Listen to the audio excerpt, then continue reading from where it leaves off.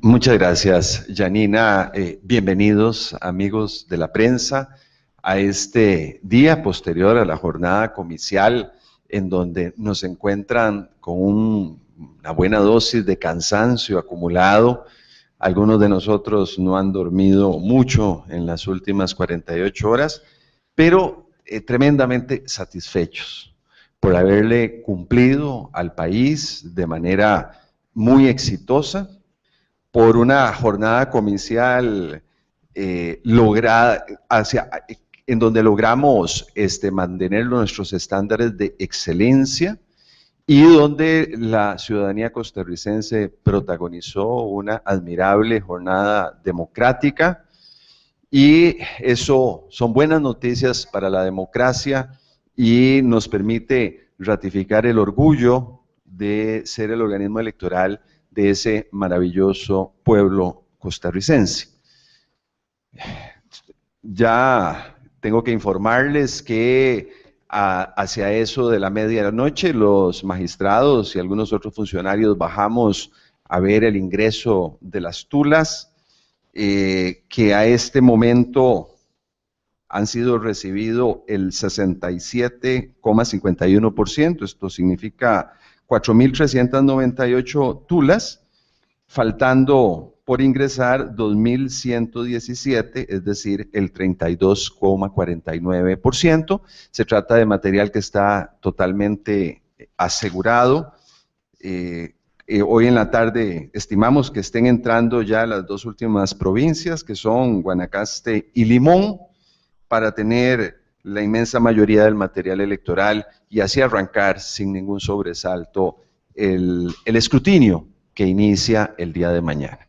A las 9 en punto, los magistrados nos arrollaremos nuevamente las mangas para revisar la votación de los costarricenses. El último corte y corte definitivo, que es el octavo, que es de hoy al mediodía, a las 12 en punto, nos permite pues ratificar los resultados que ayer dábamos en términos de un 43,37% de abstención, o dicho de otra manera, más de la mitad, alrededor de un 57% de la población participó activamente, acudió a las urnas y honró su deber patriótico. Yo creo que esto representa una admirable actitud participativa de los costarricenses. Para esto, recordemos que desde el año 98 al 2014, la constante de participación electoral del costarricense ha rondado el 70%, y esto el pasado mes de febrero y concretamente el día 2 no fue una excepción, y que además, como es la enseñanza en la práctica electoral comparada, las segundas rondas convocan menos ciudadanía. Sin embargo, en este caso, comparada con la segunda ronda de 2002, la participación fue de tan solo un 3% de menos. En una elección donde uno de los candidatos había anunciado su retiro de campaña un mes antes de la jornada comicial, esto nos permite entender como un gran éxito a nivel de participación popular, nos permite ratificar que el pueblo de Costa Rica estaba atento y tomó en sus manos la decisión final de quién sería el presidente de la República.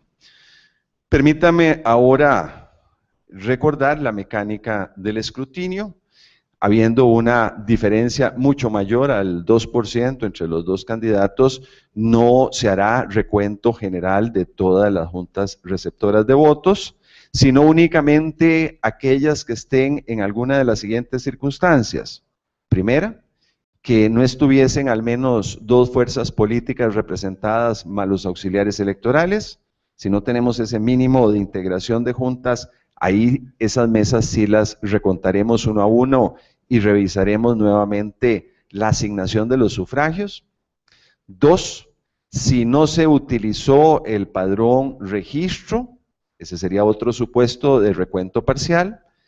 3, si del mismo padrón registro se evidencia alguna situación que amerite esa revisión adicional de papeletas y recuento de resultados, y desde luego cuando el reporte hecho por la Junta contenga errores numéricos que hagan evidente la necesidad de volver a reconocer la voluntad comicial. Por ejemplo, cuando los números reportados no cierran, ello supone necesariamente y por mandato de ley, de acuerdo a como lo interpretó la jurisprudencia ya desde hace algunos años, nos obliga también a revisar las juntas que estén en ese supuesto. Quiero recordarles también dos cosas.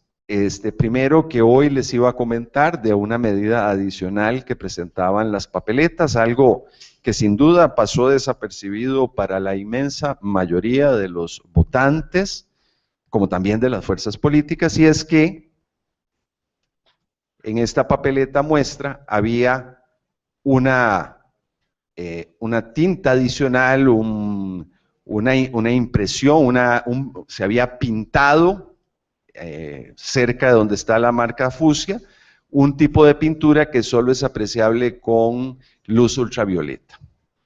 Justamente eso nos permitirá revisar mañana la autenticidad de todas las papeletas utilizadas. Cada mesa de escrutinio, recuerde que son 5, una por cada magistrado encargado del escrutinio, dispondrán 2 o 3 lámparas de luz ultravioleta que fácilmente nos permitirá acreditar una medida adicional de seguridad y, por supuesto, las papeletas también juntas, podrá verse el hueco, el perforado, que tiene que estar en todas las papeletas de la respectiva mesa. Eso nos permite una revisión de autenticidad de las papeletas muy, muy eficiente, que haremos con las juntas de recuento, pero también con las juntas que no se recuentan. Vamos a revisar entonces la autenticidad de las papeletas de todo el país.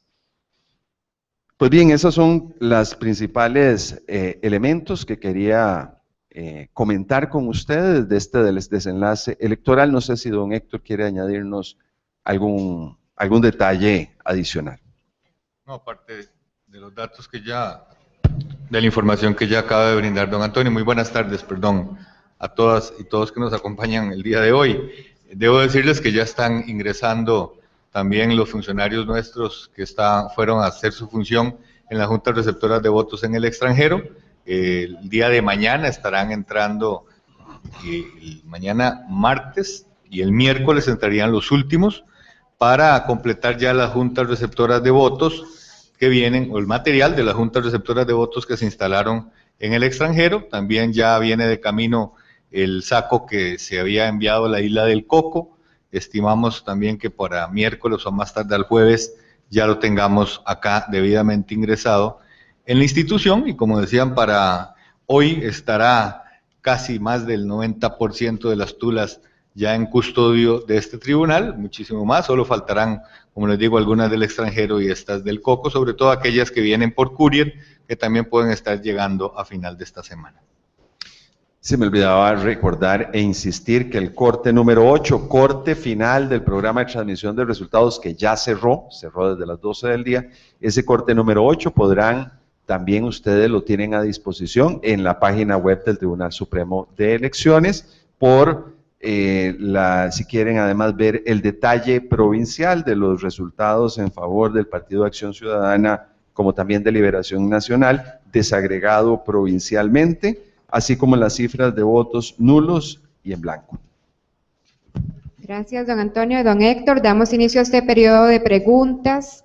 No se repiten respuestas, así que por favor, colegas, respetemos esta disposición. Comenzamos con Yesenia Alvarado, de Canal 7. Gracias. Muy buenas tardes.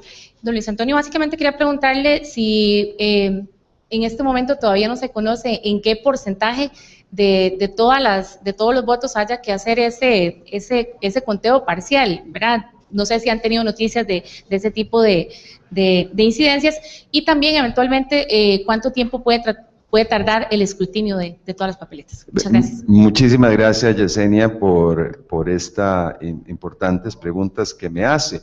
No tenemos definido en este momento el porcentaje de recuento, porque eso solo lo vamos a tener claro con vista del padrón registro, que vamos a revisar los 6,000 y tantos padrones registro de todas las juntas del país y del mundo. Sí es de prever que vamos a tener que recontar y revisar buena cantidad de todas las juntas, porque mucho se dará el supuesto donde no estuvieran representadas, al menos como miembros de mesa, 2 fuerzas políticas. Eso será, sin duda, el principal supuesto de recuento, así que será un buen porcentaje. Sin poder en este momento precisar hasta dónde asciende. Pensando en ello, hemos estimado que estaríamos concluyendo en un escenario, digamos, optimista, estaríamos concluyendo el escrutinio de todo el país para el miércoles de Semana Santa. Tengan en cuenta que trabajamos a partir de mañana toda la semana, incluyendo el viernes, que es feriado para el resto de funcionarios, pero no para los que tenemos responsabilidades en el escrutinio. Eventualmente podríamos hasta habilitar el sábado de esta mañana si el ritmo lo sentimos lento. Pero cuando menos, repito, trabajaremos 4 días esta semana y 3 la semana entrante, con posibilidad de que también laboremos el día sábado 12. Eso dependiendo del ritmo con el cual avancemos. Esto significa tener despejado el recuento y revisión de material en que consiste el escrutinio definitivo antes de que concluya la Semana Santa, para dejar que transcurran los días necesarios para que estos resultados adquieran firmeza y poder estar dictando la resolución correspondiente, ya declarando oficialmente ganador de la elección presidencial hacia finales de la semana posterior a la Semana Santa. Y estar programando también la ceremonia de entrega de credenciales, por supuesto, en coordinación con el presidente electo y dependiendo también de las características de su agenda. Alonso Miranda, Canal 13. Buenas tardes, señores. Unas consultitas más. Es sobre el tema de, y basándome en lo que ha mencionado don Luis, y es sobre el tema de las medidas de seguridad. ¿Cómo pueden calificar básicamente la función del tribunal? Esto basándonos por la situación que se había presentado anteriormente del extravío de algunas papeletas que se había presentado, y luego cuánta la inversión que se está realizando en esta segunda ronda por parte del tribunal y el número de funcionarios que van a estar laborando en el conteo del escrutinio que va a iniciar el día de mañana. Y también sobre la llegada de las últimas tulas que vienen el día miércoles, según indicaron, del extranjero. ¿Cómo va a ser la incorporación de esas para el conteo como tal? Gracias. Con mucho gusto. El voto en el extranjero representan las últimas juntas receptoras que se cuentan y se revisan. Es decir, están colocadas al final, de la faja industrial de escrutinio definitivo. De suerte que tendremos el tiempo suficiente para que este material termine de llegar y poder incluirlo, repito, en el último día habilitado para escrutar. No tenemos costos definitivos, recordemos que teníamos un monto máximo presupuestado de 2.300 millones de colones, pero sin duda el costo va a ser mucho menor porque hemos generado algunos ahorros. Pero tendremos cifras definitivas hasta que don Héctor concluya con las operaciones de ejecución presupuestaria. Recuerden que todavía habrá contratos que están pendientes de pago. Solo para pensar en algo, el segundo pago de los auxiliares no se ha hecho. Y así una serie de factores de ejecución contractual y pago que todavía llevará algún tiempo. Pero evidentemente apenas tengamos el dato, lo estaremos informando a la prensa y a los costarricenses. Ahora, el número exacto de funcionarios, estamos por ahí de 200, no sé si Héctor lo tiene ya con exacto, detalle. No, pero son más de 220 funcionarios. 220 funcionarios. Sí, seremos las personas que tendremos que trabajar el viernes 11 de abril, lunes, martes y miércoles de Semana Santa. No así el resto de los funcionarios electorales que entran a receso el jueves 10 de abril, por ser feriado del 11, por haberles dado vacaciones, que desde luego se descuentan de lo que tienen disponible lunes, martes y miércoles, y por el feriado de ley de jueves y viernes santo. Pero repito, los más de 200 funcionarios y los 5 magistrados propietarios, como los 4 suplentes, estaremos laborando sin interrupción, incluyendo viernes 11 y lunes, martes y miércoles de la Semana Santa. Natalia González, CB24.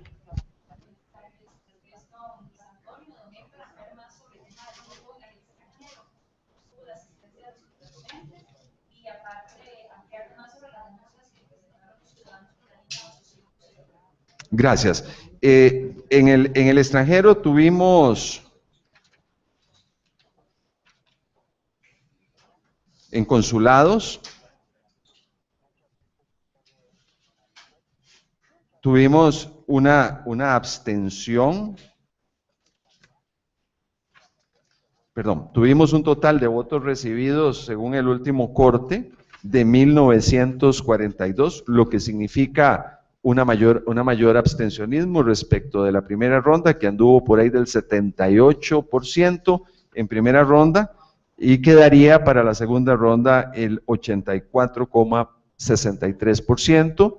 Es el único factor de un abstencionismo alto en términos porcentuales, bajo en términos absolutos, porque eran tan solo 12,000, cerca de 13,000 costarricenses de un padrón de más de 3 millones. Pero sí es ahí la curva de abstención es mucho más alta.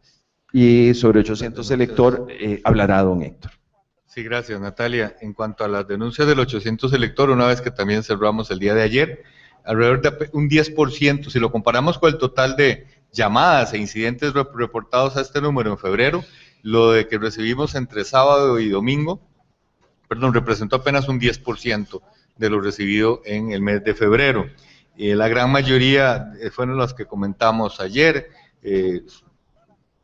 personas que no tenían claro la forma, si había una forma específica en que debían doblar la papeleta, todo eso se les explicaba. También otros casos que denunciaban que solo estaba una persona firmando por detrás de las papeletas, que era cuando había solo un miembro partidario en la Junta.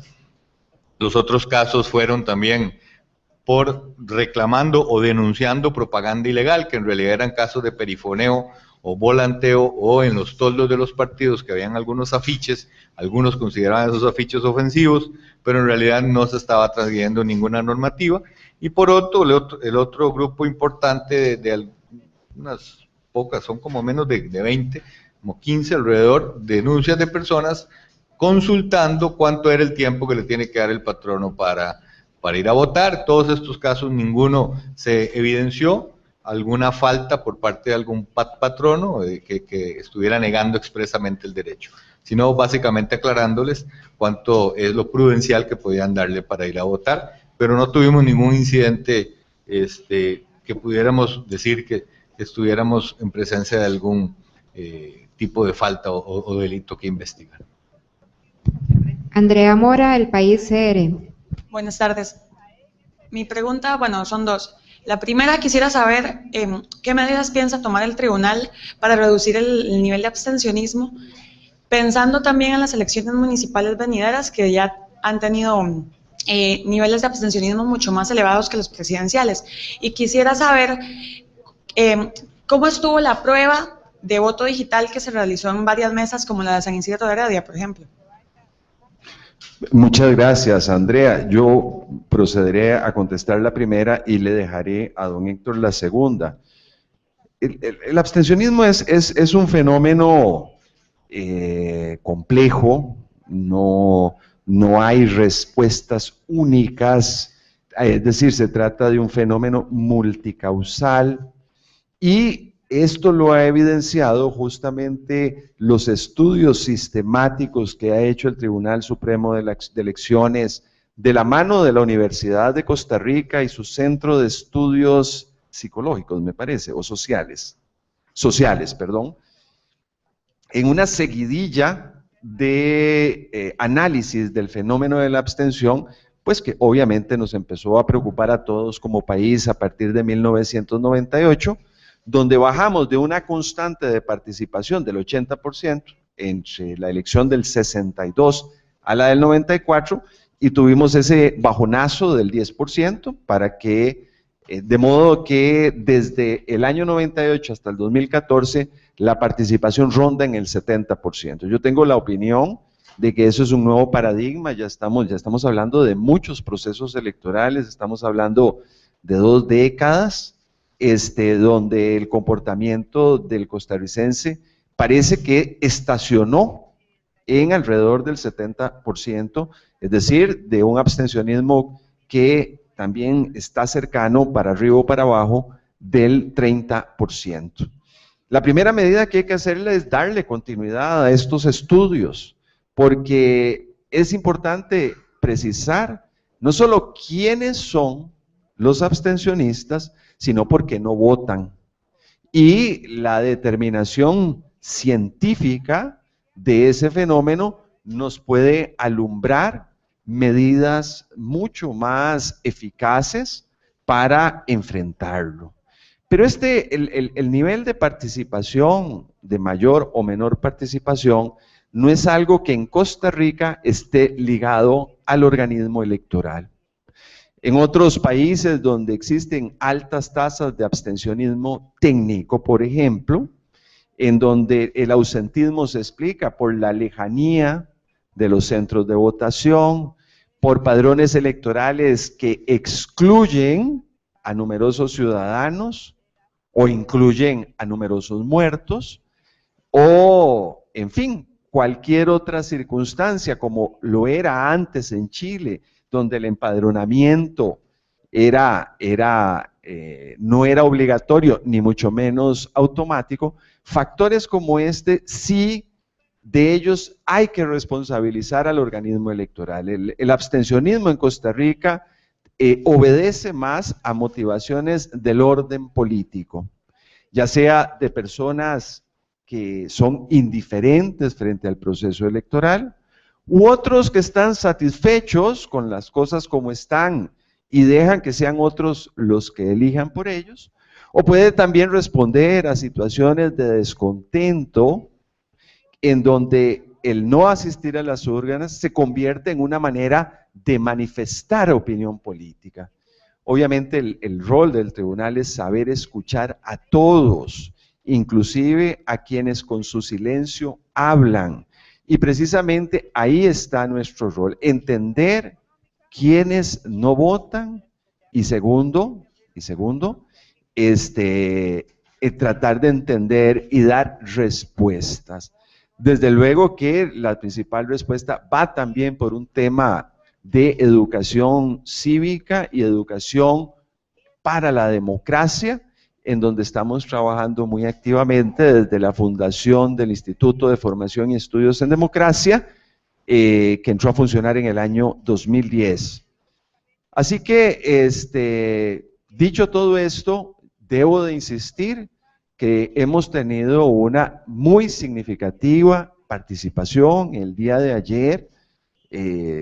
Yo lo decía en las conferencias de prensa, en que primero que no estábamos en un escenario apocalíptico, y segundo, me atreví a decir que íbamos a estar cerca del nivel de participación de la segunda vuelta de 2002, y así fue. Tuvimos a poco más de tres puntos por debajo del nivel de asistencia de 2002, lo cual además es sorprendente, tomando en cuenta de que uno de los candidatos a la segunda vuelta había hecho retiro de campaña. Así que yo, más que preocuparme por los que no fueron, resulto gratamente sorprendido por aquellos que sí fueron y le dieron la cara al país y supieron asumir su responsabilidad. Recordemos que el abstencionista representa un comportamiento que yo siempre he dicho que no hay que criminalizarlo, es una manera de expresarse, pero que el abstencionista no logra ningún propósito. Lo único que provoca el abstencionista es que sean otros los que decidan por él y hace que el voto de los que sí vamos a las urnas valga mucho más. Así que representa una opinión que debemos de tolerar y respetar en sociedad y saber oír, pero desde luego dejar muy claro de que no produce ningún efecto. La verdad es que los problemas del país solo pueden resolverse si estamos dispuestos a tomar al toro por los cuernos y ser parte de la solución y no parte del problema. Sí, gracias por su pregunta. En cuanto a la prueba de voto electrónico que realizamos ayer, al igual que la que hicimos el 2 de febrero, la consideramos exitosa desde el punto de vista que pudimos completar los objetivos propuestos. ¿Cuáles eran esos objetivos? Número uno, ver el comportamiento de los equipos y del sistema instalado en ellos. Ya en un ambiente, digamos, muy parecido a la realidad, por eso incluso lo llamamos simulacro, personas no escogidas, sino todo aquel que voluntariamente quería hacer la prueba, lo hacía, independientemente de su nivel de estudio, socioeconómico, etcétera. En total participaron en estos 4 centros de votación, donde tuvimos equipos electrónicos, 1.300 personas, es decir, alrededor de 325 en promedio por centro, ¿verdad? El otro objetivo que teníamos, aparte de ver el comportamiento del equipo, que todo esto lo tenemos que evaluar posteriormente, ¿verdad?, es la respuesta de las personas frente a la utilización de ese equipo. Ya teníamos una respuesta muy satisfactoria en la prueba que hicimos el 2 de febrero, con altos porcentajes de satisfacción de la gente que lo utilizó, lo consideraron rápido, lo consideraron sencillo, lo consideraron amigable, etcétera, y fue la misma tónica en esta oportunidad en las otras comunidades donde lo pusimos, tanto en Tibás como en Heredia, San Isidro de Coronado, San Isidro de Heredia, y ahora nos toca ya tabular en detalle todas las encuestas que nos llenaron, incluso observadores internacionales pudieron pasar, ellos mismos hicieron la prueba, ellos también llevaron una buena experiencia de este plan piloto que estamos realizando, o esta prueba inicial de equipo, ya frente a una situación lo más parecida a la realidad. Vamos a tener la información disponible en los próximos días en nuestra página web. Una vez que tabulemos todos los resultados, van a ver ahí en nuestra página web un sitio especial donde podrán ver ya en detalle todos los resultados tanto de la encuesta como de la votación realizada a través de estos dispositivos. Alan Arroyo, ADN. Buenas tardes, don Héctor y don Luis Antonio. Ustedes ya se refirieron al abstencionismo quizá acá en el país, pero yo quería una evaluación fuera del país, en el voto en el extranjero. Ahí juegan otros factores. Quería un balance en general de cómo estuvo ese proceso, la primera vez que se aplica, y el dato de abstencionismo que sí es bastante alto en el extranjero. Muchas gracias por su pregunta. Ciertamente, tanto en primera vuelta, el nivel de participación en el extranjero fue bajo, muy bajo, 78 en primera ronda, más de 84 en segunda. Ciertamente responde más o menos a la misma oscilación que el país tuvo en niveles de participación. Vamos a ver, no rompe con la lógica de menos participación en segunda vuelta, lo cual, como decía hace un rato, es natural, es la experiencia en la mayoría de países que contienen fórmulas de balotaje o balotage. Sin embargo, es sorpresivo. Yo he dicho en algunos medios de comunicación que yo esperaba que el voto en el extranjero tuviera tasas de participación mucho más altas, pensando en que ahí el empadronamiento es voluntario. Y si una persona se toma la molestia de hacer el trámite de actualización de su domicilio, era lógico pensar que tendría muchas posibilidades o se sentiría claramente impulsado a votar. Pero no fue así, la realidad me dice que no. Es un fenómeno que hay que estudiar y que desde luego de cara a dentro de 4 años, hay que hacer un gran esfuerzo por depurar ese padrón y buscar fórmulas, digamos, de enamorar más al costarricense en el exterior para tener una afluencia mucho más sustantiva a las urnas. En algunos medios vi opiniones de algunas personas mencionando que hubiese sido mejor adoptar el modelo de voto postal. Hoy quiero responder que eso no es constitucionalmente posible. Nosotros definimos el sufragio como la operación de votar ante juntas receptoras de votos, que son el único mecanismo que garantiza la plena vigencia de la secrecía del sufragio, visto todavía en América Latina como una garantía esencial e insustituible de la libertad electoral. Ciertamente el voto postal simplifica las cosas, pero repito, sacrifica el voto en junta y también la secrecía del sufragio, porque aunque el sufragio sigue siendo frente al Estado una operación que puede resguardarse como operación secreta, si la persona no se garantiza de que la persona no reciba presiones indebidas por parte de patronos, conocidos, familiares, etcétera, y eso por lo menos en 15 países de América Latina hace que se mantenga el modelo clásico de voto consular. Tendríamos que reformar la Constitución para poder excepcionar la regla de la secrecía y la regla del voto ante juntas receptoras de votos. Pero yo creo que aún con el modelo constitucional que tenemos, es posible una incorporación más sustantiva del costarricense en el exterior, no sin antes decir que aún así quienes participaron lo hicieron con mucho entusiasmo, con una sensación donde se renueva la pertenencia a la colectividad de los costarricenses. Así que creo yo que esos casi 2.000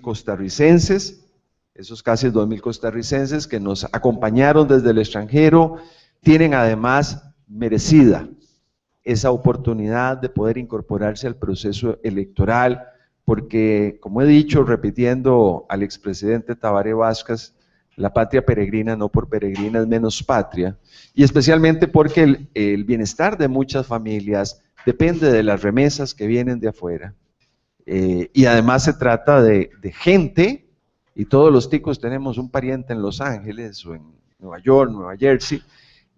Al fin y al cabo, las tecnologías de las comunicaciones actuales nos permiten, en realidad está muy cerquita de Costa Rica, donde podríamos estar viviendo las elecciones, donde podemos recurrir a televisión por internet y donde por Skype podemos vernos los rostros de nuestros queridos parientes en el extranjero. Rodolfo Mora, Repretel. Buenas tardes. Sobre el mismo tema de Alan, no sé si identificaron ustedes algún país, alguna ciudad donde del todo no llegó algún costarricense a votar. No sé cuál ciudad o cuál país reportó la menor cantidad de participación, o sea, porcentualmente, qué sé yo, que de 10 solo llegara uno. Tal vez una lista de 3, 4 donde se reportó la menor participación o tuvieron casos así extremos. Y la segunda sería, ¿cuál esperan que sea el último material electoral en llegar aquí al Tribunal Supremo de Elecciones? No sé si es la Isla del Coco que decían que el miércoles, o si algún país del Medio Oriente, o no sé cuál esperan o proyectan que sea el último material en llegar acá. Gracias. No tenemos aquí el listado de consulados o el detalle de consulados, sino nada más el número consolidado, pero nuestra gente de prensa sin duda facilitará esa información y ese detalle que usted nos está pidiendo. Y sin duda puede ser más preciso don Héctor, pero estamos esperando que lo último que entre sea el material por courier e Isla del Coco.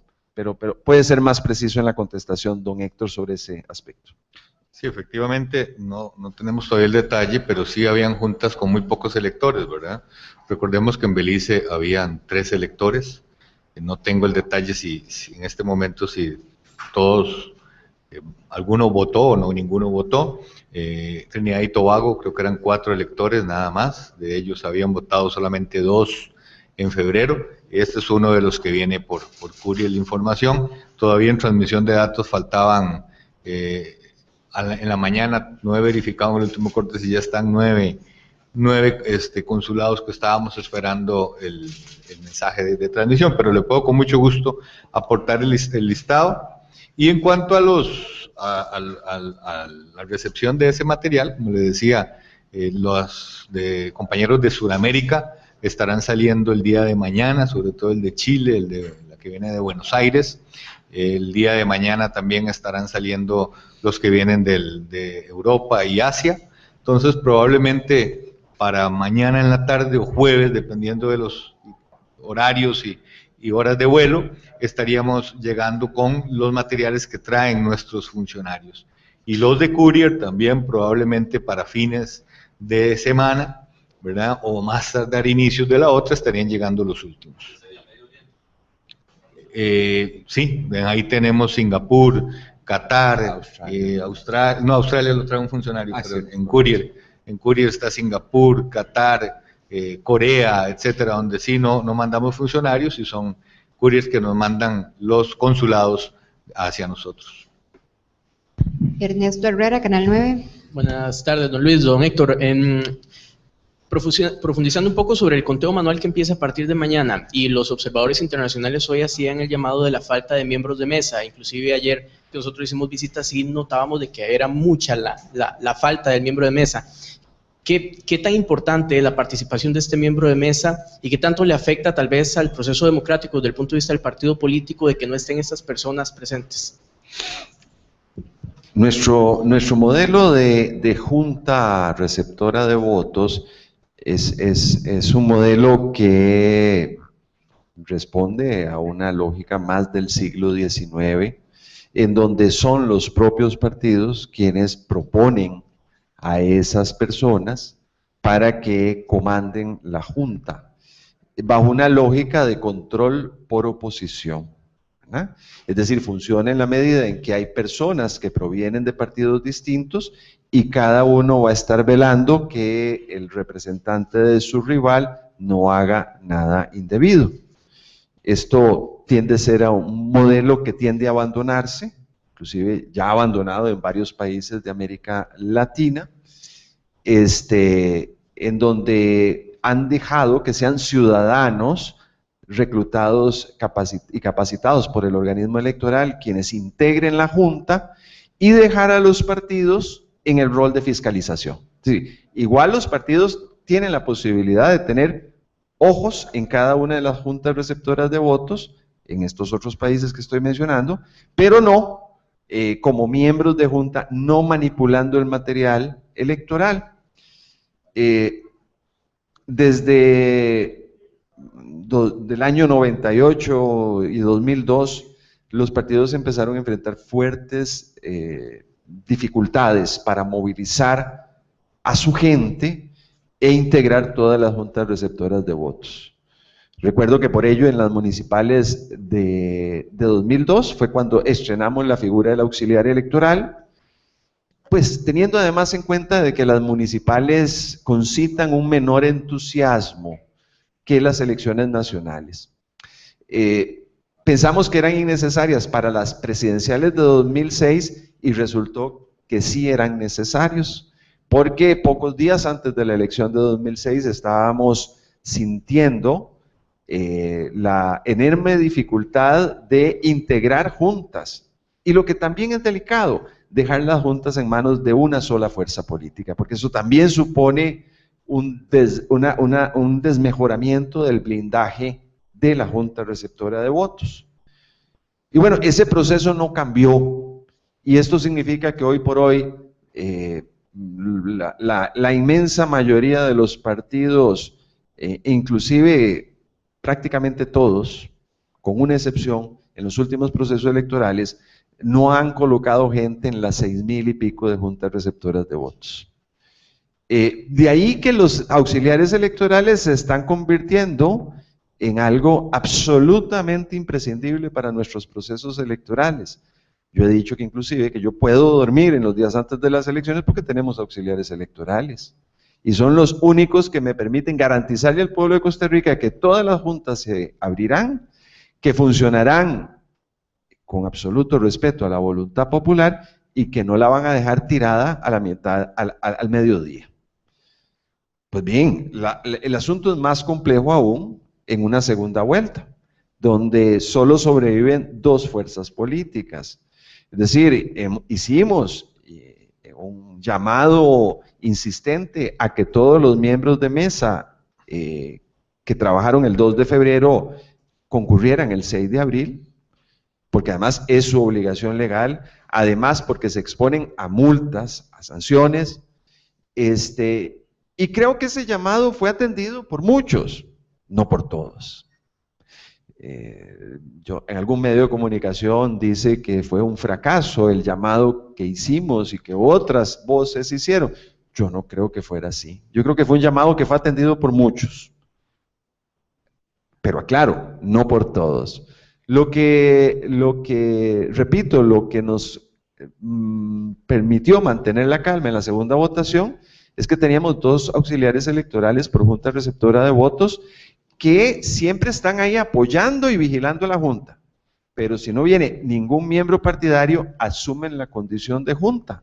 Y vea usted, no se cerró una sola junta receptora de votos en el país y en el mundo. Así que pienso yo que la evolución natural de nuestro sistema electoral es hacia juntas ciudadanizadas, juntas con solo auxiliares electorales y dejar el rol de vigilancia de los partidos en la figura de los fiscales. Por lo menos esa es mi particular opinión. Perdón, yo quería agregar a esa pregunta también un reconocimiento en esta oportunidad para los auxiliares. Recordemos que fue la primera vez donde el tribunal dispuso que los auxiliares se llevaran el saco. Y del monitoreo que hicimos, ya a las 6:15, 6:20 de la mañana, pues teníamos la certeza de que todos los auxiliares habían llegado con el saco, ¿verdad? En algunos pocos casos que se dieron y que se menciona en algún medio hoy, fueron en realidad juntas que no se habían podido abrir, o sea, que estaban con candados y no pudimos abrir. Pero más que eso, sí quería darles un dato.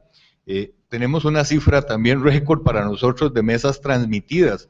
En realidad las mesas transmitidas fueron un 99.15%. Hay algunas que no se procesaron porque no tenían inconsistencias en la información que no lo permitían. Pero es decir, solo 55 juntas receptoras de votos de 6.515 no recibimos el mensaje a través del sistema de transmisión de datos. Y otro dato importante que habla bien de auxiliares, que muchos trabajaron en las mesas, es que para que ustedes tengan una idea, de acuerdo con los antecedentes que tenemos, la última elección que había sido similar a esta, es decir, con una sola papeleta con dos opciones, fue el referéndum en el 2007. En el referéndum en el 2007, durante la primera hora, es decir, de 6 de la tarde a 7 de la noche, habíamos recibido un 14% de mensajes del total de mesas. Para esta oportunidad, en esa primera hora, habíamos recibido más del 40% de los mensajes. El primer corte que se lee es con un corte a las 7:30 de la noche, y ya era un corte de más de 4.000 mesas. Eso habla muy bien. ¿Qué es lo que nos dice eso? Que la hora pico la empezamos a tener a partir de las 6:30 de la tarde. Esa hora pico, donde más mensajes recibimos, fue de 6:30 a 7:30 de la noche. Quiere decir que en la gran mayoría de casos, las mesas las estuvieron cerrando en 30 y 40 minutos, lo cual habla bien de la capacitación y del compromiso y del empeño que pusieron los auxiliares electorales en su labor. Por eso quiero públicamente darles el agradecimiento a todas y todos los ciudadanos que se esforzaron, porque muchos estuvieron desde las 5 de la mañana, 5:30 de la mañana, hasta las 7 de la noche cumpliendo su labor. Algunos con un tiempito nada más para irse a comer algo a las 4 o 5 de la tarde, me decían, pero muy apegados ahí a la mesa, sobre todo en esos casos en que estaban solo ellos dos en la mesa. Así es que valga el agradecimiento a todas y todos los ciudadanos en todo el país que nos ayudaron el día de ayer. Y aprovechando el tono que utiliza don Héctor, yo también quiero mostrar una gran satisfacción por la eficiencia impresionante de nuestro modelo de transmisión de resultados. Un modelo de transmisión de resultados que está, si no es el más barato de América Latina está dentro de los más baratos y a la vez dentro de los más eficientes. Le cuento que un país parecido a Costa Rica, de cuyo nombre no me quiero acordar, hace algunos años tercerizaron la transmisión de datos y le pagaron a la empresa correspondiente lo mismo que costó toda la elección de Costa Rica. Y las cosas no han cambiado mucho. Entonces, en términos calidad-precio, tenemos, y eso me parece importante insistir, el mejor sistema de transmisión de datos del continente americano. Yo creo que los expertos electorales de América Latina que nos acompañaron quedaron boquiabiertos de que a 2 horas del cierre de las juntas estábamos en un 60, entre un 60 un poco más % de juntas procesadas. Eso, yo, que tengo 15 años de estar visitando América Latina, no lo he visto en ningún lugar. Como también no he visto ningún modelo tan económico, porque lo hacemos además de la mano de las empresas públicas de telecomunicaciones del país. Así que, otro motivo de orgullo de nuestro sistema electoral, que es el sistema electoral no de este tribunal, sino de los costarricenses. Danilo Chávez, Colombia. Sí, muy buenas tardes, don Luis Antonio, don Héctor, colegas, todos aquí. Don Luis Antonio, una inquietud que va, y ya quizás usted vea que hay varias inquietudes sobre el tema de la segunda ronda, que ya se lo he hecho por el tiempo frente a la primera. Es lo siguiente, ¿siente usted que precisamente por ser 2 meses, vamos a ver, una persona en 2 meses puede haber acabado estudios, haberse trasladado de país, haber retornado, o sea, haber concluido la razón por la cual está fuera de Costa Rica? ¿Usted siente, o sería peligroso, no sé, abrir el padrón electoral en esos 2 meses? Es decir, hacer algo para que permita una recomposición del electorado, sea el que de aquí se fue para allá, o sea el que de allá venga para acá. Esa es mi primera consulta. El tema de las medidas de seguridad, eso de luz infrarroja, eso... no es infrarroja. Sí, ultravioleta. Ultravioleta, que solo se puede ver con ultravioleta. ¿Quiere decir que por ahí ustedes van a intentar, o se intentará como parte de la situación que ocurrió, hacer una investigación para tratar de identificar, ya que esa medida de seguridad ustedes se la guardaron, las otras 2 las indicaron, alguien la pudo haber copiado, aplicado, etcétera, pero esa no? Entonces tal vez eso les pueda dar un mecanismo para tratar de identificar, llegarle a alguien que quizá quiso nuevamente golpear el sistema electoral, haciendo alguna matráfula en alguna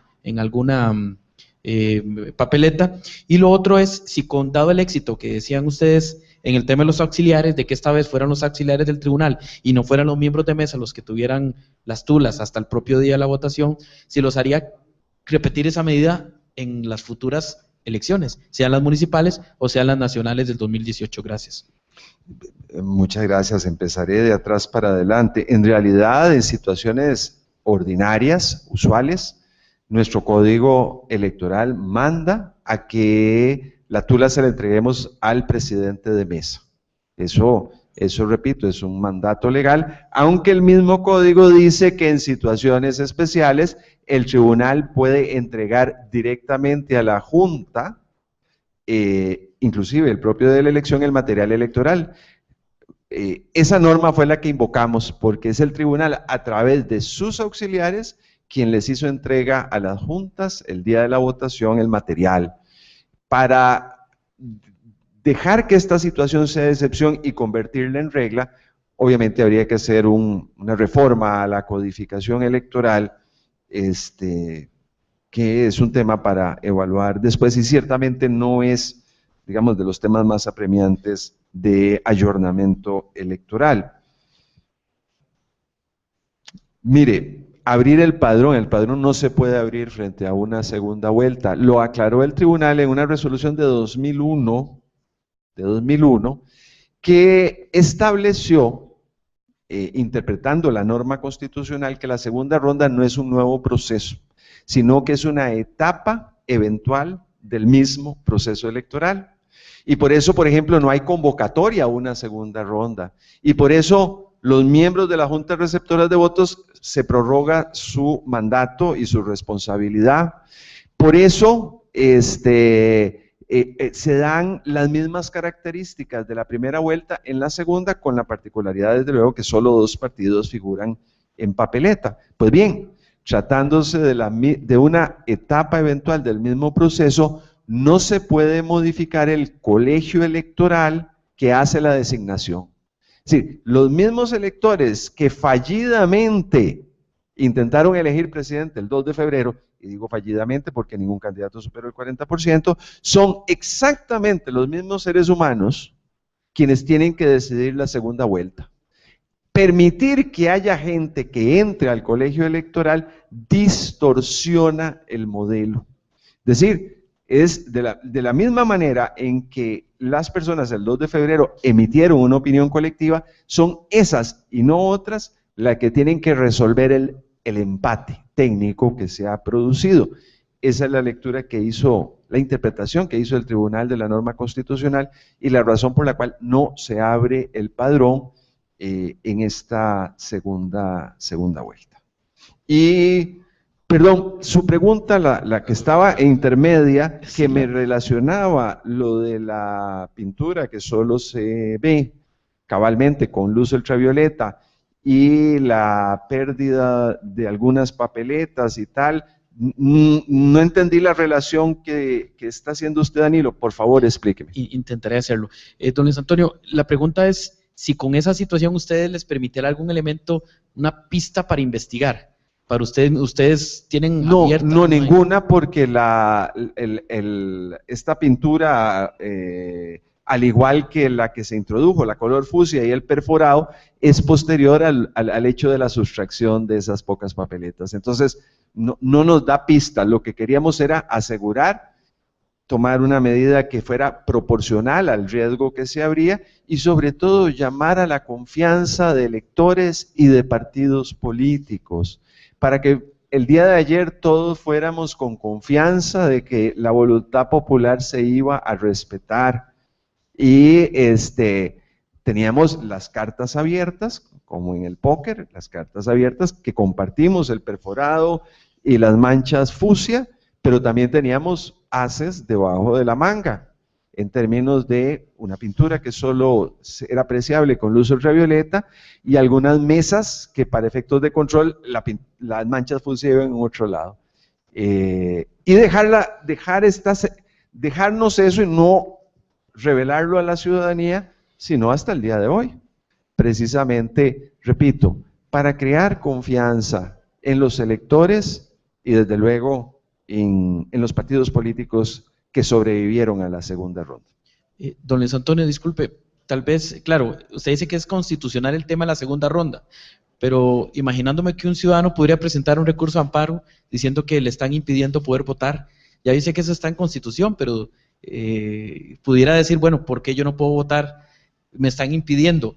Un recurso ante la Sala Cuarta, por ejemplo, por una lesión a un derecho fundamental como es el voto, podría... Ya inclusive el Tribunal Supremo de Elecciones se pronunció ante un recurso de amparo electoral y hacía ver que no basta que una persona sea costarricense, que tenga más de 18 años, que porte cédula de identidad, sino que agrega a la Constitución que esté inscrito en el registro de electores. Y para estar inscrito en el registro de electores hay que solicitar la cédula de identidad antes del 2 de octubre. Hay que solicitar la cédula antes del 2 de octubre. Aquellos que no solicitaron la cédula antes del 2 de octubre se colocaron en posición de no poder ejercer el voto. Es decir, no es culpa del Estado y concretamente del registro civil de no haberlos incluido, sino que es responsabilidad del propio ciudadano que de manera negligente no solicitó a tiempo la inclusión sobre la solicitud de cédula. Este fue un caso de un chico que cumplía años antes de la elección, pero que estaba en la obligación de solicitar su cédula antes del 2 de febrero. Y hemos conocido varios casos entendiendo que el ejercicio de derechos fundamentales requiere de la responsabilidad de su propio titular. Así que hay también factores de seguridad del proceso, de evitar lo que la doctrina colombiana llama el trasteo de sufragios, si traslados de última hora para beneficiar los intereses de determinados políticos en ciertas circunscripciones, de suerte de que en el momento que usted hace la convocatoria tiene al menos 3 cosas claras e inamovibles: las normas, las reglas que regularán el sufragio y el proceso electoral. Segundo, los partidos que intervienen. Y tercero, los ciudadanos llamados a decidir la elección. Eso es uno de los factores esenciales para que el proceso electoral sea confiable. Acuérdese que dicen que la democracia electoral se funda en resultados inciertos, pero reglas y actores conocidos de antemano. Paula Ruiz, Prensa Libre. Buenas tardes. Quisiera saber, bueno, si recibieron alguna denuncia por lo que trabajaron en las juntas receptoras de votos de alguna forma anómala, no desde los 800 electores, sino desde las juntas. En cuanto al abstencionismo, que es 43%, ¿era lo que esperaban o creen que más bien fue menor del que creían? Y por último, saber si han pensado en la posibilidad del voto obligatorio, como sucede en otros países. Gracias, Paula. Yo voy a contestar 2 de ellas y el tema de las denuncias se las dejo a Héctor, que puede informarles con mayor precisión. Mire, era lo que yo me esperaba. Es más, cometí el atrevimiento, yo creo que nuestra gente de prensa a lo mejor no le gustó que dijera yo que íbamos a estar cerca de lo que había pasado en 2002. Y estuvimos a 3 puntos. Es decir, casi fue como una profecía. Por dicha la acerté. El problema de dar profecías es que cuando uno no la pega, pierde prestigio. Entonces por eso tendemos a ser muy cautos en no sacar la bola de cristal. Me animé a hacerlo y por dicha se dio. Y era una predicción que hacía confiando en la reserva y fibra cívica del costarricense. Porque en una segunda vuelta, donde uno de los candidatos hace retiro de campaña, era previsible que votara menos de la mitad del país. Pero yo estaba seguro de la responsabilidad de este pueblo y que íbamos a estar cercanos a lo que pasó en 2012. Es decir, ese hecho que fue sísmico en términos políticos, y a nadie se nos escapa, y hoy lo puedo decir ya concluido el proceso electoral, ya digamos de una cierta manera, tuvo un bajo impacto en este país, y eso refleja una ciudadanía madura, una ciudadanía políticamente adulta, de lo cual es mi primer factor de orgullo, porque antes de la organización electoral está el pueblo a la que esta organización sirve. Y sobre el crear sanciones al no voto, vea que es un gran debate. Hay muchas posiciones al respecto. El modelo europeo es el de voto voluntario, el voto como derecho. La regla en América Latina es el voto como deber o función cívica obligatoria. En esto, pues Costa Rica está en la lógica de esa regla latinoamericana. Sin embargo, en América Latina se distinguen los países que reconocen y establecen sanción al no voto y los que no le establecen. No es solo Costa Rica, hay 3, 4 o 5 casos, ahí en mis apuntes de clase los tengo identificados, por supuesto, no los recuerdo de memoria en este momento, en donde a pesar de ser una obligación cívica, no hay sanción aparejada. Mi opinión es que este es el mejor modelo. Yo no creo en la criminalización del abstencionista, que era lo que decía hace algún rato. No creo que una opinión política, porque al fin y al cabo es una opinión política, merezca sanción y castigo público. Y hay además otro aspecto a valorar desde el realismo político, y es que más de una persona, si es llamado, si es llevado o amarrado a las urnas bajo el temor de la sanción, lo que tenemos ahí es una fuente potencial de votos nulos en blanco, que en nada ayudan a la decisión electoral.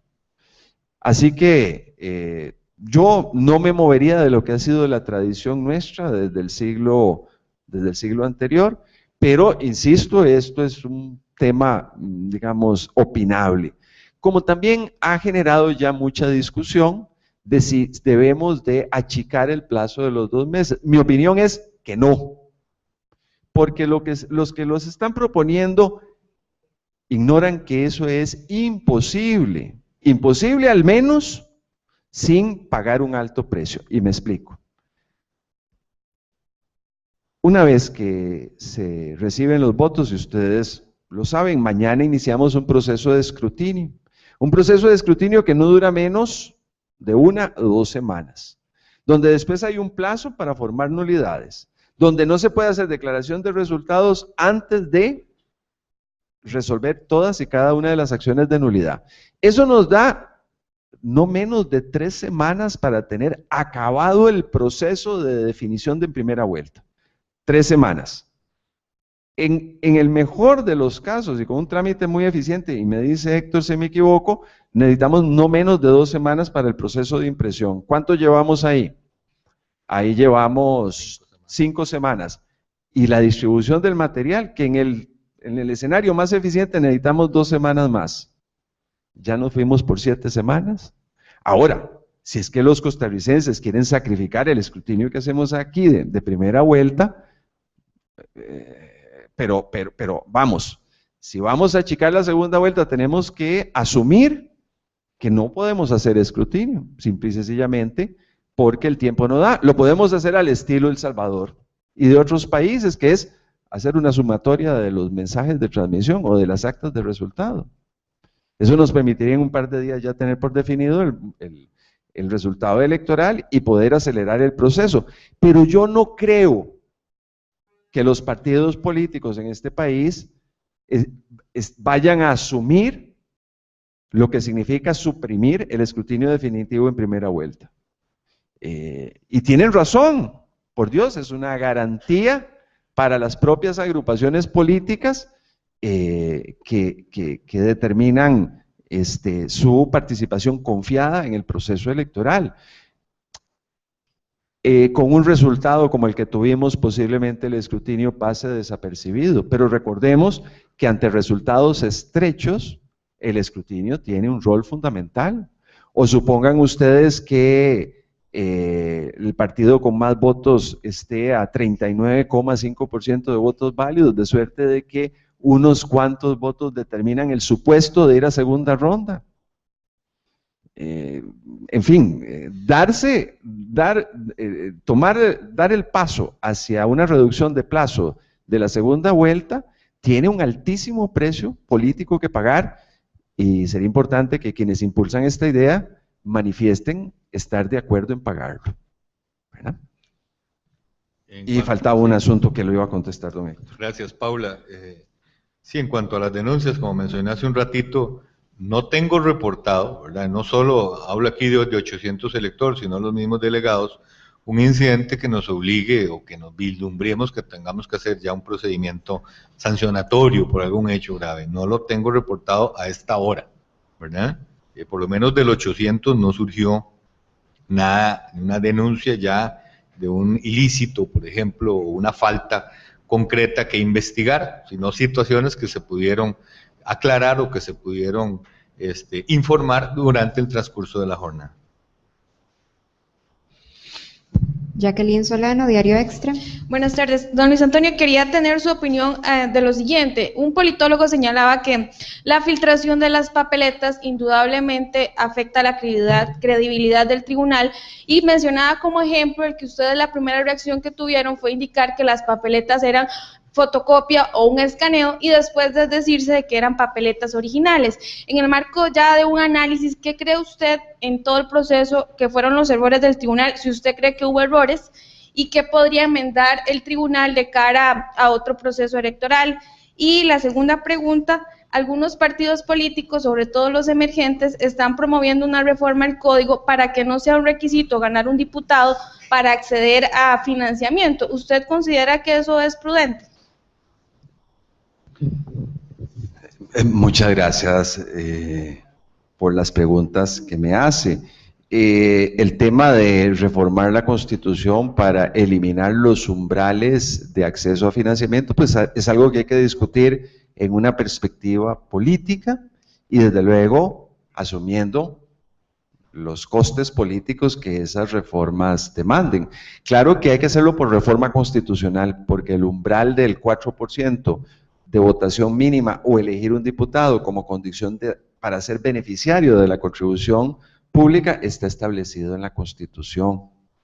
Segundo, mire, yo creo que este tribunal ya pasó la página del tema de las papeletas.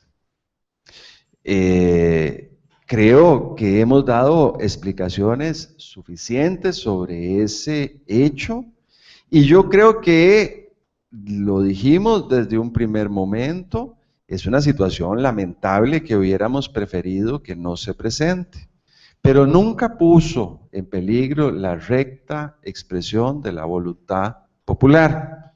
No era un indicio de que se estaba fraguando un fraude, sino, yo lo tengo cada día más claro, fue una operación donde quería ensuciarse las elecciones o minar el prestigio de este tribunal. Y no lo digo por el Grupo Extra, no. Yo siempre he dicho que dichosamente el Grupo Extra lo hizo público y Paula es testigo y lo saca hoy en una nota porque nos permitió tomar las medidas de aseguramiento.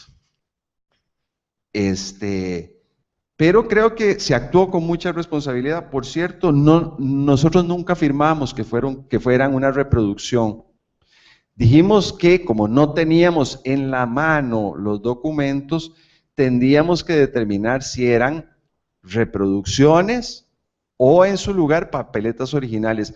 Desde el momento en que se presentó, yo y mis compañeros son testigos, yo dije, hay que determinar dos cosas que son esenciales. Primero, si son papeletas verdaderas que andan en la calle o si son reproducciones, porque el escenario es muy diferente en uno u otro caso. Y segundo, hay que determinar si son unas pocas o una filtración masiva, porque dependiendo de ambos factores, así los niveles de riesgo o amenaza eran distintos y las medidas que había que tomar también eran distintos. Mire, hacer unas elecciones es una obra humana, y toda obra humana es por definición perfectible. Y por eso, don Héctor organiza a partir de pasado el proceso electoral una sesión de evaluación para ver los puntos donde podemos mejorar y donde podemos fortalecer y ofrecerle mejores procesos electorales a los costarricenses. Ojo, procesos electorales que son envidiados en América Latina y emulados. Yo hoy creo que el Tribunal Supremo de Elecciones sale fortalecido luego de este proceso electoral. Este tribunal mantiene el cariño y la confianza de la inmensa cantidad de costarricenses, porque han podido apreciar la mística, el don de servicio de una familia electoral que es admirada en todo el continente e inclusive más allá, de un tribunal que sabe escuchar lo que el pueblo está pidiendo, lo que el pueblo está demandando. Creo que hoy nadie duda de la absoluta imparcialidad de todos los miembros de la familia electoral, pero obviamente en todas las familias tenemos hijos en malos pasos. Y creo que un mal funcionario, para ninguna persona razonable, afecta el prestigio de una familia entera. Y yo no hablo de una familia, de un clan familiar, porque aparte de la familia inmediata, tenemos nuestros primos que son los delegados, nuestros primos segundos que son los auxiliares electorales en 13,000, en fin, de todo este conjunto de seres humanos comprometidos con ser garantía democrática. Y bueno, creo que ¿había algún avance con la investigación sobre la filtración? sí, efectivamente, tenemos dos escenarios. El escenario judicial donde se está investigando, que sobre eso no tengo detalles de los últimos días, pero supongo que se está haciendo lo propio. Y en el caso nuestro, sí, efectivamente, se han se ha avanzado en el desarrollo de la investigación, pero obviamente no puedo dar detalles sobre lo mismo porque me lo prohíbe la ley y comprometería estas investigaciones. Mariana Mena, Canal 42. Buenas tardes, don Luis, don Héctor. Mi consulta va porque nos llegó una denuncia que era de Fuerza Pública, que decían que en Barra del Colorado no se abrieron mesas de votaciones y que además a ellos no se les brindó el tiempo para poder ir a ejercer el voto. En ese caso, bueno, ¿qué medidas se puede tomar o qué se puede hacer en este caso?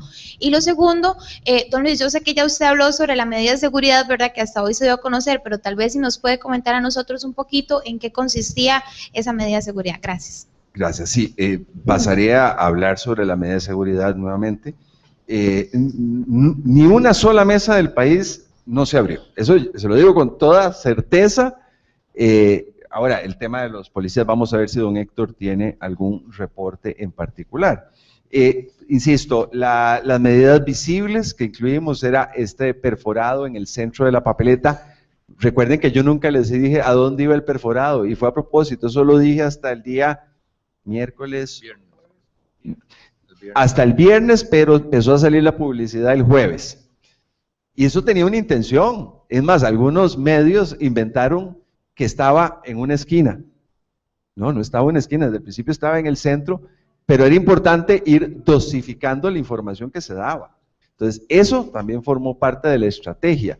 Y desde luego, la mancha fucsia visible para todas las personas. Bueno, aparte de esa mancha fucsia, una medida era, en algunas mesas se colocó en la parte de abajo como elemento de control, ¿verdad?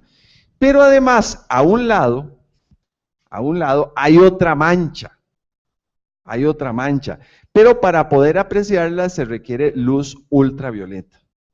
Y en el escrutinio definitivo tendrá cada mesa 2 o 3 lámparas en donde podremos no solo juntar las papeletas y ver que tengan la perforación en su lugar, sino también con ayuda de estas lámparas veremos que las papeletas tengan este distintivo que, repito, para efectos de seguridad lo quisimos dar a conocer hasta el día de hoy. Además, me comprometí con ustedes, me parece que viernes de la semana pasada, en hacerlo el día de hoy. Y les decía que no se los iba a contar, solo bajo tortura. Sí, en cuanto a lo que usted menciona de la Fuerza Pública, recibimos una nota, creo que fue el sábado, de una circular que en alguna comandancia se repartió en el sentido de que solo se permitiría ir a votar en las horas que llaman, creo que técnicamente llamaron ellos excedentes, es decir, fuera de las horas de servicio. Y por otro lado, tuvimos una denuncia también a través del 800 elector, que en alguna de las comandancias pues estaban instando a las personas a renunciar o a abstener a su derecho de ir a votar. En virtud de ello, el mismo sábado en la tarde enviamos una nota al director general de la Fuerza Pública, recordándole lo que la normativa establece en ese caso, es decir, se debería dar un tiempo prudencial, obviamente dentro de la jornada laboral, para que se pudiera ir a votar, y que por prudencial pues que tenía que verse en función pues del cargo propiamente, de la distancia para ir a votar, etcétera, etcétera. Después de eso no recibí ninguna otra denuncia, más que una de un fiscal de un partido político de CRE, si mal no recuerdo, el Servicio de Guardacostas, giró una nota en el sentido de que le iba a dar hasta 3 horas a sus funcionarios para que fueran a votar.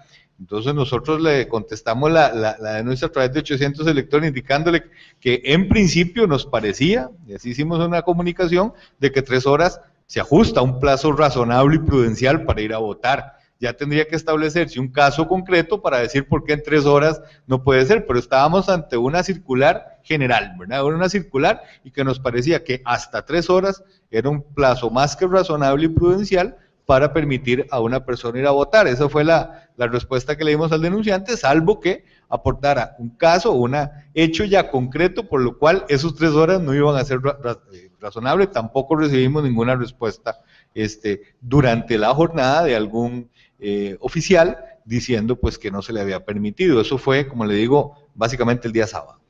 Y le quiero agregar a la información que ahora le proporciona don Héctor, que a nivel de la justicia electoral no recibimos un solo recurso de amparo electoral durante los días previos y el día de los comicios. Recursos de amparo electoral, No recibimos uno solo en los días previos y en el propio día de las elecciones, de este 6 de abril, a diferencia de lo que sí ocurrió en primera vuelta. Alfonso Hernández, Monumental. Buenas tardes, don Luis Antonio. Habiendo ocurrido ya 2 rondas de votaciones con el tema del voto en el extranjero, decía alguien ahora a través de redes sociales que hay 2 diagnósticos probables de hacer, o que a la gente realmente no le importaba el sistema electoral en el extranjero, o que el Tribunal Supremo de Elecciones se equivocó en dónde abrió las mesas electorales. En ese sentido, ¿ustedes consideran que salió bien el experimento de habilitar el voto en el extranjero en esta ocasión? ¿Cuál es ese diagnóstico que les queda a ustedes de este proceso? Y luego, después de lo que usted mencionaba en cierto momento, de que este es el proceso electoral, o este fue el proceso electoral más inusual desde la fundación de la Segunda República, ¿le quedan a usted tal vez dudas sobre algunas herramientas que se deberían habilitar, como el tema de que si un candidato se separa de campaña, se pueda efectivamente proceder a la declaración inmediata de un ganador y de esta manera pues ahorrar recursos al país, ¿verdad?, en este tema? Muchas gracias. Sus preguntas son no solo interesantes, sino que además me permiten por lo menos manifestar mis opiniones. El tribunal no se equivocó dónde se abrieron mesas, eso viene predefinido en el Código Electoral. El Código Electoral de 2009 dice que se habilitarán mesas de votación en los consulados que el país tenga abiertos. Es decir, no hay un margen de discrecionalidad alguna para definir en qué países sí o en qué países no. Ya la legislación electoral le otorga el derecho a los ciudadanos en el exterior para empadronarse para votar en los distintos consulados que el país tenga abiertos. Así que, le repito, no hay ningún error o equivocación, sino únicamente de la ejecución y aplicación de la normativa vigente.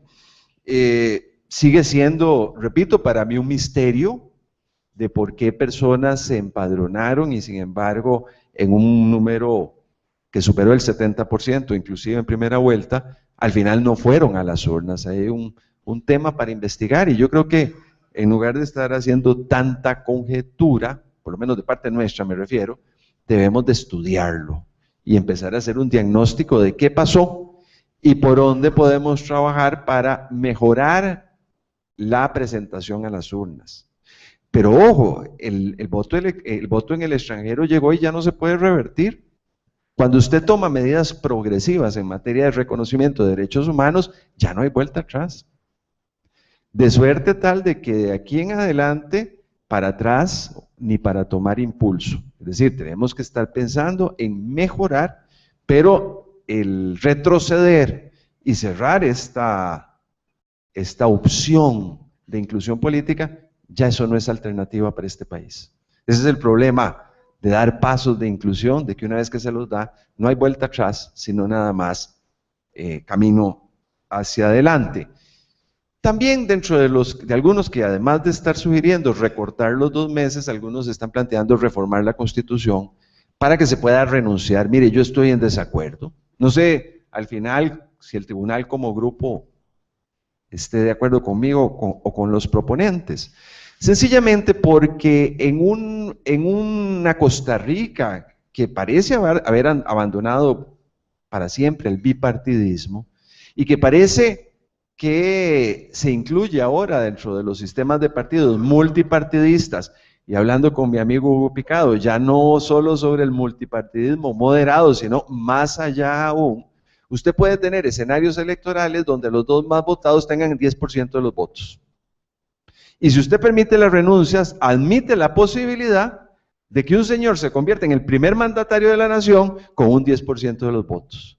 Es decir, con un mandato popular difícil de reconocer, porque aquí y en todo el planeta la elección tiene que ser en las urnas y por mayorías significativas que nos permita luego reconocer el lazo de representación.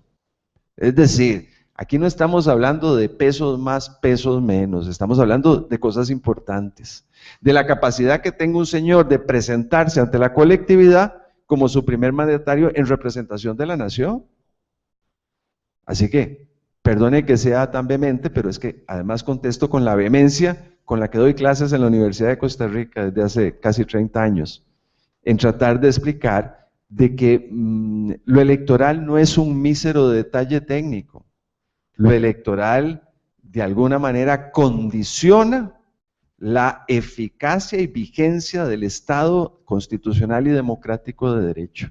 Y hay que saber que todo lo electoral es un sistema, de suerte de que lo que afectemos por acá, nos rebota por acá.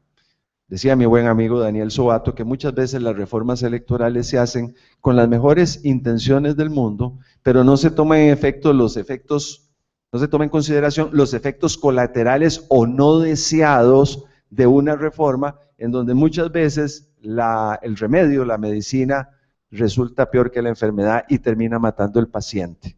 Y hay lamentables experiencias de ese tipo en América Latina. No nos podemos dar el lujo de jugar al aprendiz de brujo. ¿Recuerdan la película Fantasía de Disney de hace muchas décadas? En este terreno es aún más peligroso que en otros, ¿verdad? La improvisación y las reformas hechas al calor de una coyuntura.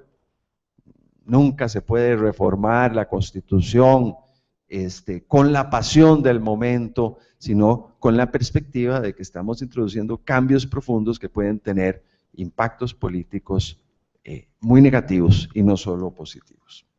Y creo que con eso contesto sus preguntas. Aarón Sequeira, La Nación.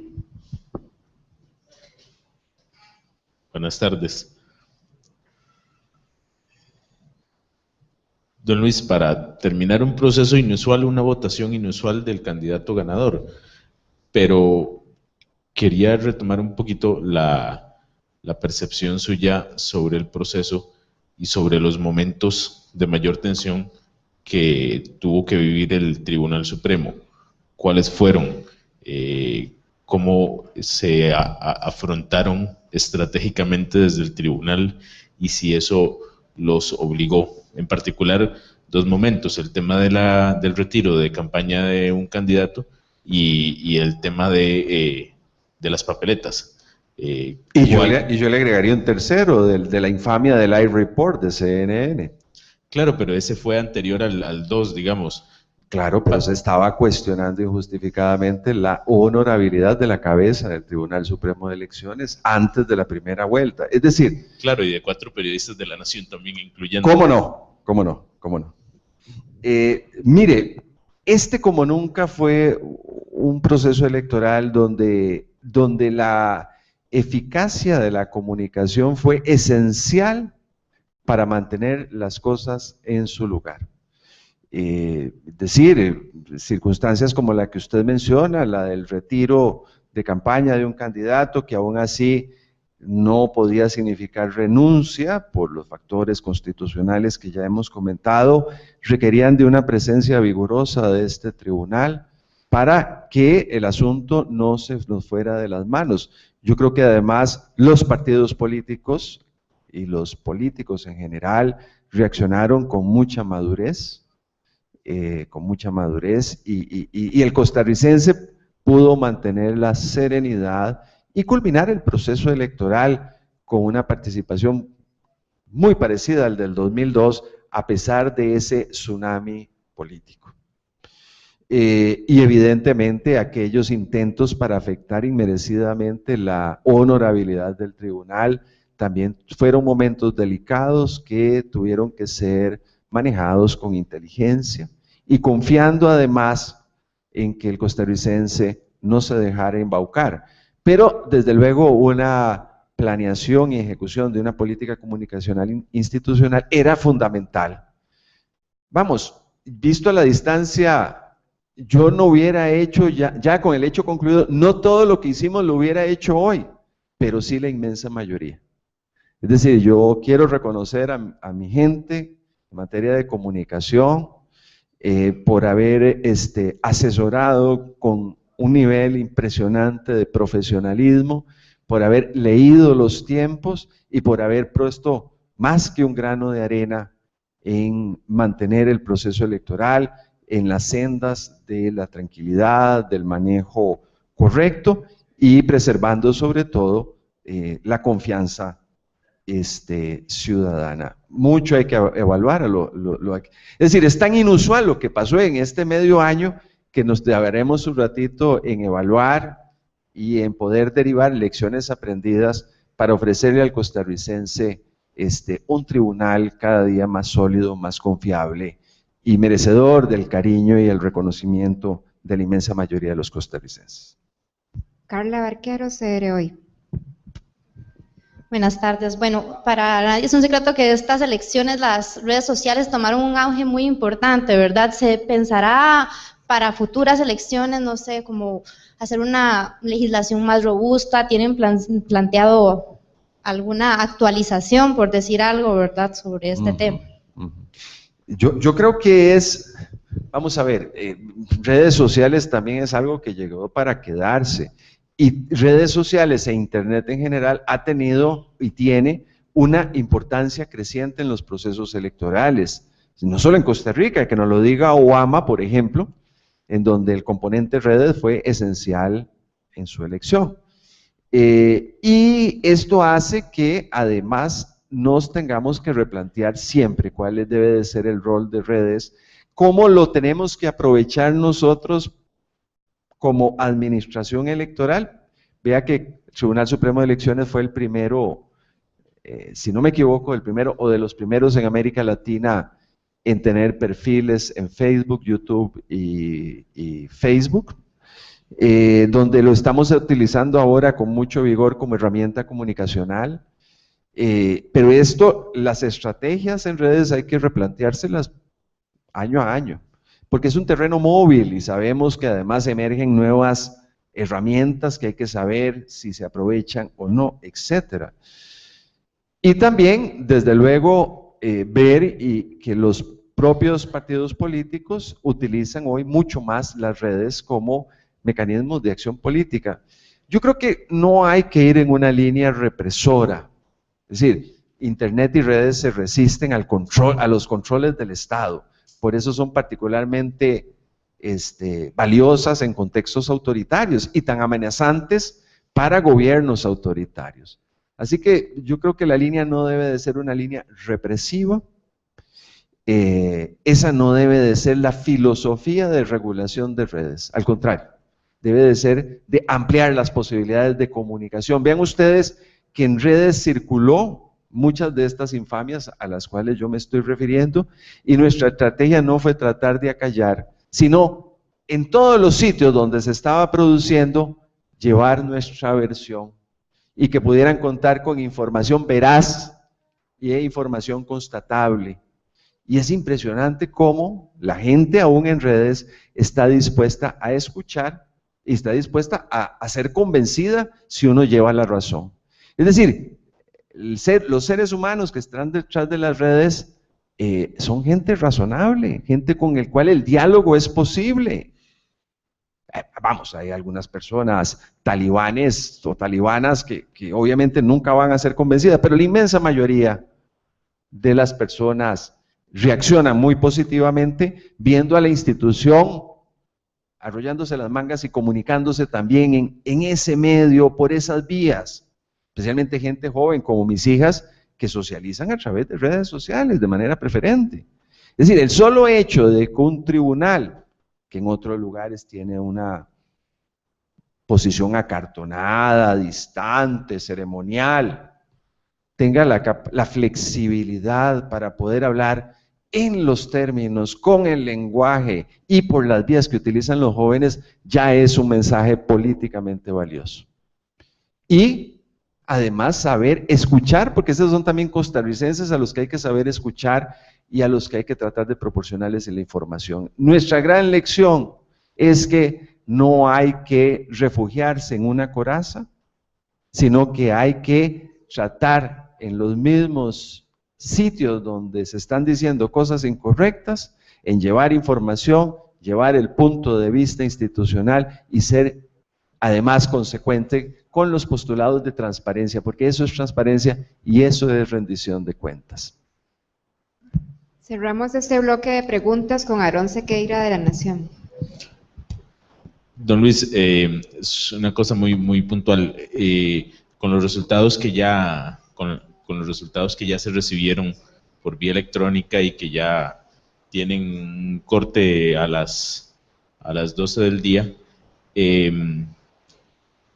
¿se puede ya determinar en qué cantón recibió su mejor votación el PAC y en cuál la más baja, en cuál liberación, datos de ese tipo?